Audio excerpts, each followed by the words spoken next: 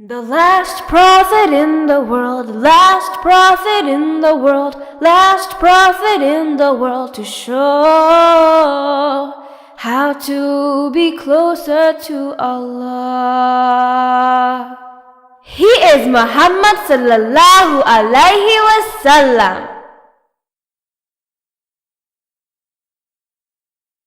এক মাস অপেক্ষা করার পর কুরাইশ ইহুদি এবং তাদের অন্যান্য বন্ধুরা মদিনা ত্যাগ করে।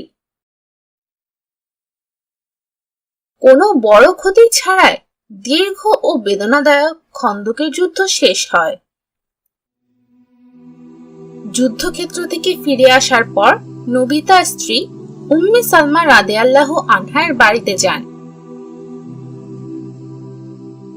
নবী তার প্রথম স্ত্রী খাদিজা রাদিয়াল্লাহু আনহার মৃত্যুর পর উম্মে সালমাকে বিয়ে করেছিলেন। সেখানে নবী গোসল করার জন্য প্রস্তুত হচ্ছিলেন। তখনই ফেরেশতা জিবরাইল আলাইহিস ওয়াসাল্লাম আল্লাহর নির্দেশ নিয়ে নবীর কাছে আসেন এবং বলেন যে যুদ্ধ এখনো শেষ হয়নি। মুসলিমদের বনু কুরাইদা ইহুদি বংশের উপর আক্রমণ এবং তাদের ধ্বংস করা উচিত, কারণ খন্দকের যুদ্ধের সময় তারা শত্রুদের সাথে যোগ দিয়েছিল এবং মুসলিম ও ইসলামকে একেবারে ধ্বংস করার পরিকল্পনা করেছিল। এটি মানুষের করা সর্বোচ্চ পর্যায়ের যুদ্ধ অপরাধ।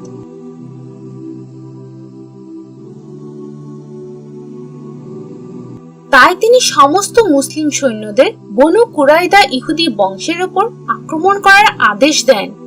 নবী তার সৈন্যদের নিয়ে সেখানে যান এবং বনু কুরাইদার একটি বিখ্যাত কুয়ার পাশে ঘাঁটি স্থাপন করেন, যার নাম ছিল আন্না।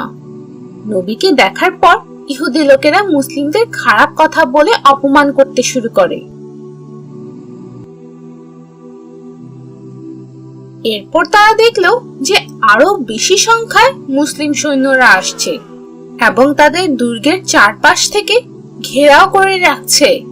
মুসলিম সৈন্যদের দেখার পর ইহুদিরা খুব ভয় পেয়ে যায় এবং তারা তাদের দুর্গে লুকিয়ে থাকে। তারা কি করবে বুঝতে পারছিল না। অবশেষে তারা তাদের একজন মুসলিম বন্ধু আবু লাবাবা রাদিয়াল্লাহু আনহুর সাথে কথা বলতে চায়।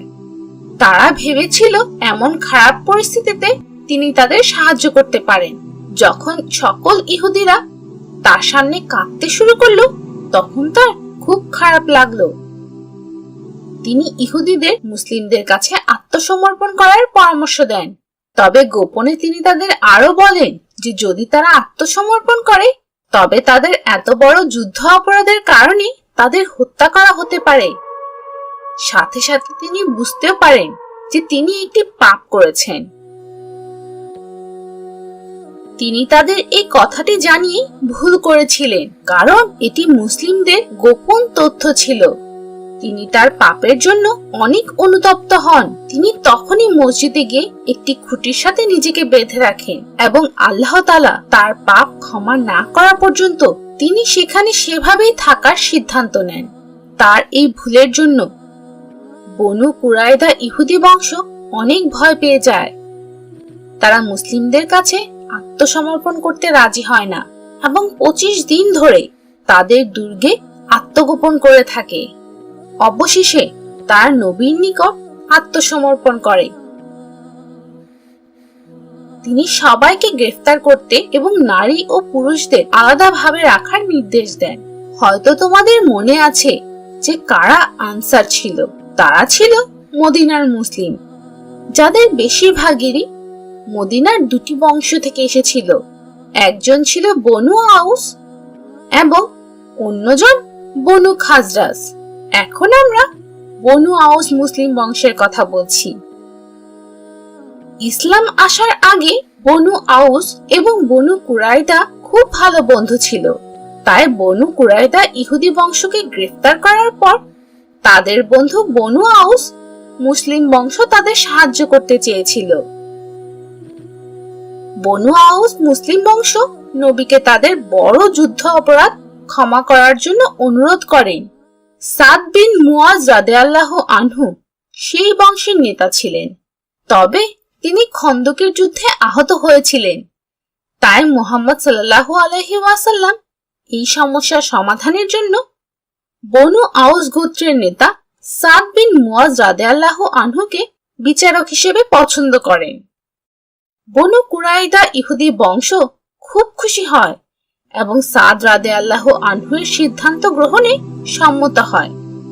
তাই নবী তাকে সাহায্য করতে এবং তাকে তার বাড়ি থেকে নিয়ে আসতে কয়েকজন মুসলিমকে পাঠান। তিনি আল্লাহ তাআলার আইন ও নির্দেশ সম্পর্কে জানতেন। একজন ভালো বিচারক হিসেবে সাদ রাদিয়াল্লাহু আনহু ইহুদিদের খুব খারাপ সৈন্য এবং খারাপ নেতাদের হত্যা করার নির্দেশ দেন, যারা মুসলিমদের ধ্বংস করার পরিকল্পনা করেছিল, এবং অন্য সবাইকে ছেড়ে দেন, কিন্তু তাদের মদিনা থেকে চলে যেতে হয়েছিল। তাদের মধ্যে একজন মহিলার নাম ছিল রেহানা রাদিয়াল্লাহু আনহা।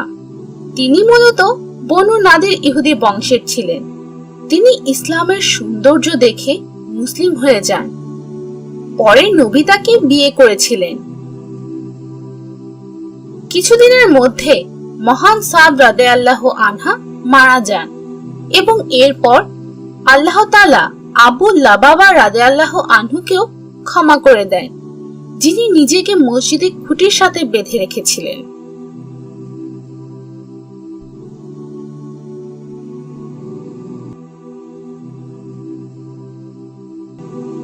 The prophet story